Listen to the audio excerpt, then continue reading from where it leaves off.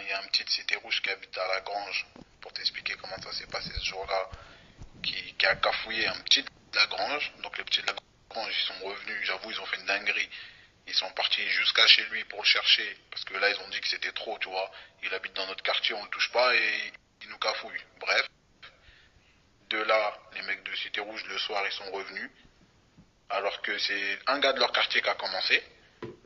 Ils ont renversé un petit, le petit qui est mort là, ils l'ont renversé, ils l'ont planté, ils l'ont coupé le nez, ils l'ont coupé les couilles.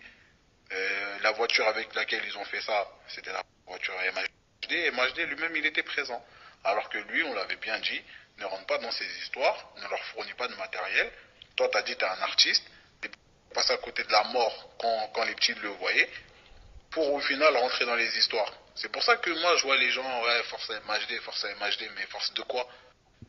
C'est-à-dire, vous, en plus, certains, en tant que musulmans, vous êtes pour l'injustice alors. C'est ça que je comprends pas. Vous voyez des trucs, vous cherchez même, les gens ils cherchent même pas à savoir l'histoire. Ouais, force de quoi, frère? Moi, demain, il y a un gars, il tue quelqu'un, je crois que je vais mettre force, je sais pas quoi. Cousin, frère, que justice soit faite, hein. Mais aujourd'hui, le pire, c'est qu'on n'a rien contre lui.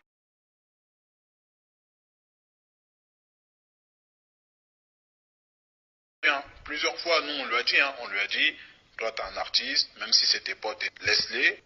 Toi, t'as ta vie, je sais pas quoi, ne te fais pas engrainer. Omar, son grand frère, on lui a dit pareil. On a dit, dis à ton petit frère de pas rentrer dedans. Dis à ton petit frère de pas rentrer dedans. Tes potes, c'est des trous du cul. Ils ont que ça à faire. Au lieu d'aller dans ces showcases, de le suivre partout, de prendre à faire des guerres de couteaux, je sais pas quoi. Voilà. Au final, il a voulu les suivre. Il s'est retrouvé dans la merde. Après, nous, on pourra pas empêcher les gens. Vous voulez mettre force MHD, si vous voulez, hein. Mais la moralité, elle veut quoi? La moralité, elle veut que vous dites force à quelqu'un qui a participé à un meurtre. Après, voilà, tu vois, c'est vous et votre morale. Hein. Moi, personnellement, comme j'ai dit, même si c'est un pote à moi, s'il a tué quelqu'un, je m'afficherai pas dans les réseaux à mettre force alors qu'il a tué quelqu'un, tu vois.